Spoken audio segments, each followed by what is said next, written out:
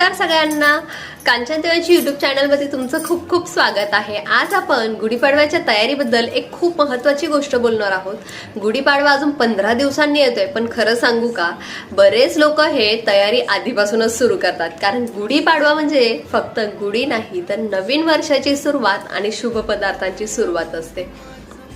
आज मी तुम्हाला सांगणार आहे गुढीपाडव्यात कोणते पदार्थ बनतात आणि त्यात तुपाचं महत्त्व काय असतं।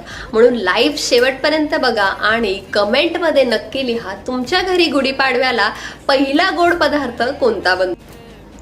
गुढीपाडवा हा आपल्या मराठी नवीन वर्षाचा पहिला दिवस आहे। या दिवशी घरोघरी गुढी उभारली जाते आणि सगळ्यात महत्त्वाची गोष्ट म्हणजे या दिवशी शुभ पदार्थ बनवले जातात। उदाहरणार्थ पुरणपोळी, श्रीखंड, खीर, शिरा आणि एक गोष्ट लक्षात आली का तुम्हाला? काय असेल बरं? गेस्ट करता का? बरं चला मीच सांगते। या सगळ्या पदार्थांमध्ये एक गोष्ट कॉमन आहे, ती म्हणजे शुद्ध तूप। कारण आपल्या परंपरेमध्ये शुभ कामात तुपाला खूप महत्त्व दिलं जातं।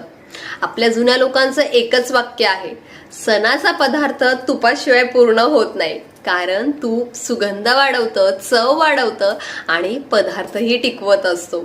म्हणूनच सणासाठी लोक आधीच तूप आणून ठेवतात। लास्ट मोमेंटला कोणाचीही घाई व्हायला नको ना। तुम्ही पण आणलंय का नाही घरी तूप?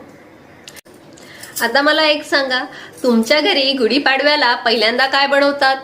पुरणपोळी, शिरा की श्रीखंड? कमेंटमध्ये मला नक्की लिहा, कारण की मी सगळ्यांचे रिप्लाय वाचणार आहेत। खूप लोक मला मेसेजही करत होते, ताई सणासाठी तूप ठेवणार आहात का तुम्ही?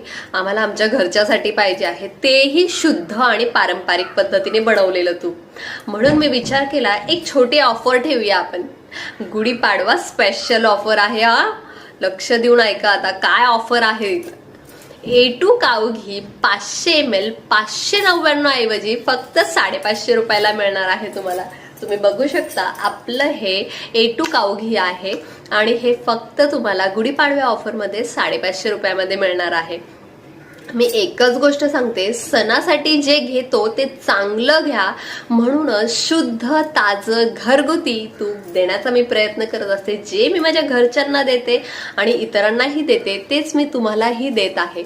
आणि एक काम करा, ज्यांना गुढीपाडव्यासाठी तूप ठेवायचं आहे ते कमेंटमध्ये मला नक्की लिहा हॅपी गुढीपाडवा। मी स्वतः रिप्लाय देणार आहे।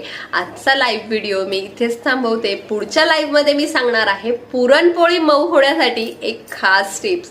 म्हणूनच चॅनल ज्यांनी सबस्क्राईब केलं नसेल त्यांनी लवकरात लवकर लाईव्ह शेअर करा आणि आपलं चॅनल सबस्क्राईब करा।